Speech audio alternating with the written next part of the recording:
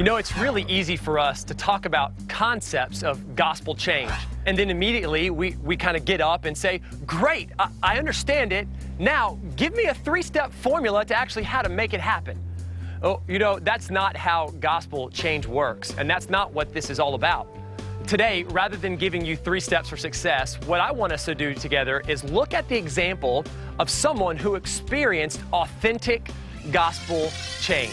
Remember, the gospel gives each one of us a new lens to which we see and approach everything in life. In the book of Isaiah, chapter 6, we see the commissioning of one of Israel's greatest prophets of all time, a man by the name of Isaiah. That's exactly right. And what we see in Isaiah 6, before Isaiah is commissioned off to do great things for God, is that God does something great in him. Isaiah chapter 6, verse 1. In the year that King Uzziah died, I saw the Lord seated on a high and lofty throne, and his robe filled the temple. Seraphim were standing above him. Each one had 6 wings. With 2 he covered his face, and with 2 he covered his feet, and with 2 he flew. In this passage, we see 3 truths about gospel transformation. Number 1, Isaiah caught a glimpse of the unimaginable size and greatness of God. Have you ever been to something so big or seen something so big that you actually felt incredibly small? Maybe it was you on vacation hanging out with your family or your friends at the beach, and you looked out at the ocean and you thought, that's pretty big. But then you actually had the opportunity to go out in the ocean in a boat where all you could see around you was water, and you thought, the ocean is huge. At that moment, you don't feel so big. A couple of years ago, my wife and I had the opportunity to go to the Grand Canyon. And when we got out of the car, we ran up to the rails and we just looked around and started taking pictures and thought, man, this place is awesome. It's amazing. It's big. And you began to feel really small. But what really got us was when we actually began hiking the Grand Canyon, rim to rim.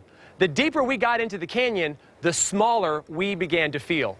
You know, nobody shows up to the Grand Canyon and goes, I'm huge. People just don't do that. Enter Isaiah in Isaiah chapter 6, having an encounter with the God of the universe. Okay, so this isn't just some guy he meets on the street. This is the God who created all things just by speaking it into existence in Genesis chapter 1. You know, when you and I try to speak things and make them into other things, you know, we could pick up a pencil and look at the pencil and say, be a bird. But all we have is a pencil that fell on the ground. That is the God that Isaiah had an encounter with. The holy, the great, the unimaginable God of the universe. And Isaiah's response was in awe. And the second thing we see here is that Isaiah had an encounter with the untouchable holiness of God. Notice Isaiah's response. Jesus, my man, homeboy, how you doing? No.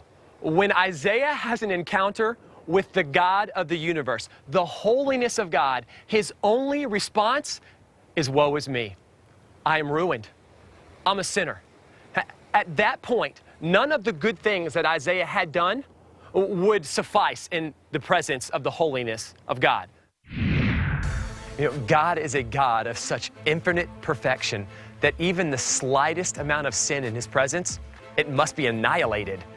Now, not to be crude, but imagine I was going to tell you, hey, pick your favorite drink. Everybody knows that's sweet tea, okay? I was going to tell you, all right, your sweet tea is made up of a few components: water, sugar, and lots of it, and tea, and then it's going to be 0.2% urine. Would you still drink it? No. Why? Because it's impure. That is exactly the way that we find ourselves before the holiness of God. God is such a God of beauty and perfection that sin cannot dwell in his presence. You know, the third thing we see here is the unexplainable grace of God on display. In that moment, when Isaiah had the realization of his sinfulness in the presence of the holy God of the universe, God doesn't sit back idle and wait and watch. He intervenes. If I can just encourage you for a second, you serve a God who has always intervened on your behalf. Well, what a beautiful picture this is right here, where God actually intervenes in the story and wipes out his guilt, wipes out his sin. That's a beautiful picture of Jesus. That Jesus would actually become the sacrifice once and for all, the righteous and the unrighteous. Why? To bring us to God. You know, I've heard the gospel explained so many different ways, but a guy by the name of Trevin Wax described it a lot like this. You know, we can look at it in one of two ways. We're out in the middle of the ocean, floating around, bobbing up and down. We're looking around and all we see is water, and we're thinking we're probably going to die. But all of a sudden, Jesus shows up in his life raft, and he reaches down and he grabs you and he pulls you in, and you embrace. You know what? The affections that you have for Jesus at that moment, they'll last for a while. But if the book of Ephesians chapter 2 is really true, a better picture would be more like this, that you and I are actually dead, face down, floating in the middle of the ocean. And Jesus comes and he picks us up and he breathes life back into us. That, my friends, is a new lens for life. It is only out of Isaiah's encounter with the greatness of God, the holiness of God, and then the grace of God that Isaiah is able to come to a place in his life where he says, "Here am I, Lord, send me. Whatever you want, I'll do it for your kingdom and for your glory."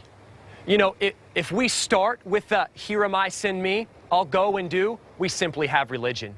But when we start with authentic transformation, when we see the greatness, the holiness, and the grace of God, that's when God begins to change our lives. The call of every disciple is to first come and be made by God, and then to go and make. Remember, God wants to do something great in you before he does something great through you.